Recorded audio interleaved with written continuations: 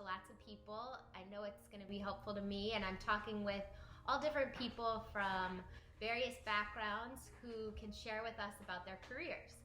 So one of the first people I'm interviewing is my dad, Rabbi Sommer. Thanks, Dad.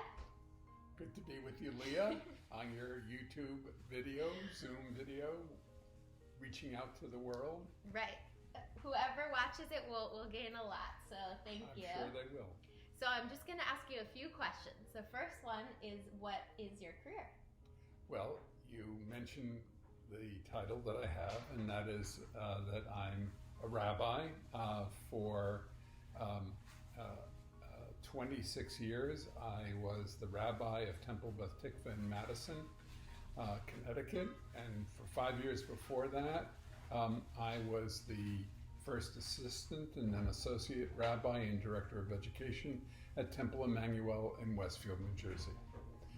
After I completed my congregational rabbinate at Temple Beth Tikva, I then went into what I would call the organizational rabbinate, in the sense that I worked for the next 9 years with Jewish Family Service of Greater New Haven in creating what is known as the Jewish Wellness and Healing Center.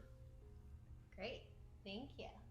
And can you tell us what sort of education do you need to be a rabbi? Well, I'm an ordained rabbi from the Hebrew Union College Jewish Institute of Religion, and so I have my undergraduate degree in English literature from Kalamazoo College in Kalamazoo, Michigan, and then studied at HUC JIR for 5 years, in which I received a master's in Hebrew literature and my rabbinic ordination.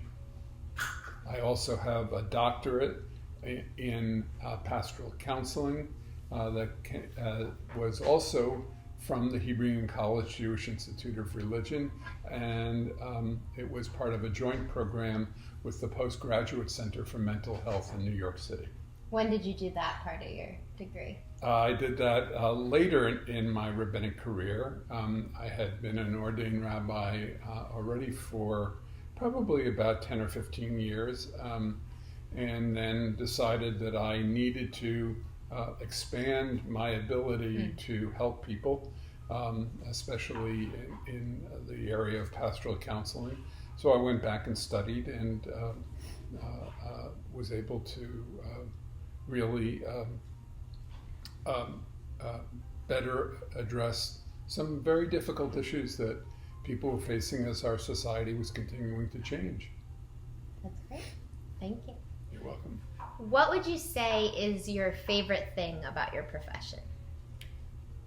Well, one of the things that I love about the rabbinate is the entree into people's lives, and I take it as an incredible honor and responsibility when people want to talk with me about the things that they struggle with, and I try to work with people.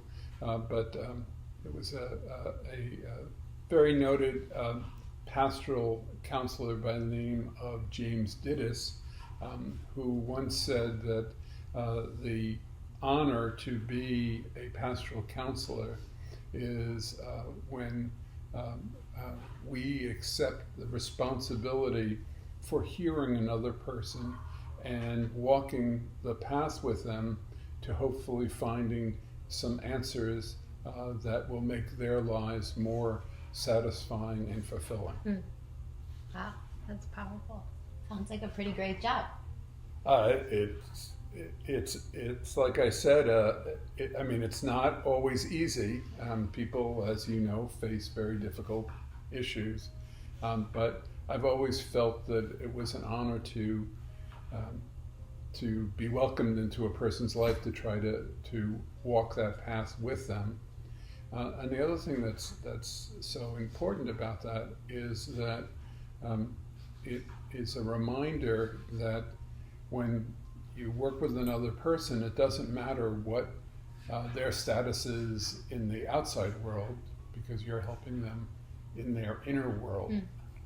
That's nice. Thank you. You're welcome. Okay, now the dark side.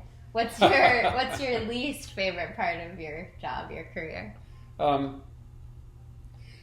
think one of the most challenging, maybe that's a better way to try to answer that question, is that when you are in a position of authority, and this is different than the pastoral counseling, but rabbis, like all clergy, are seen as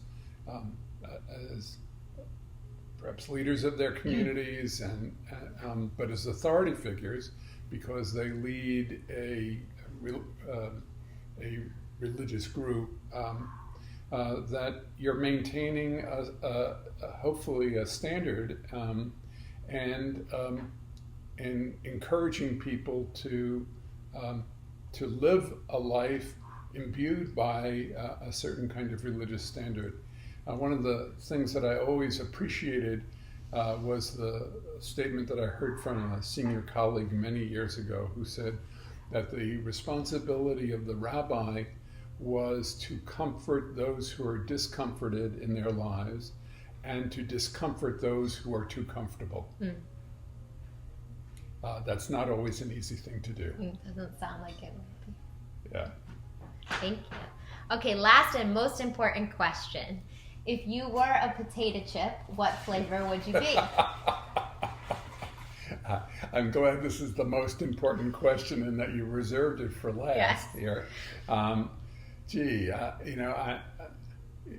not sure how to answer this, but let me think for a second. There's so many options. I know, that's the point.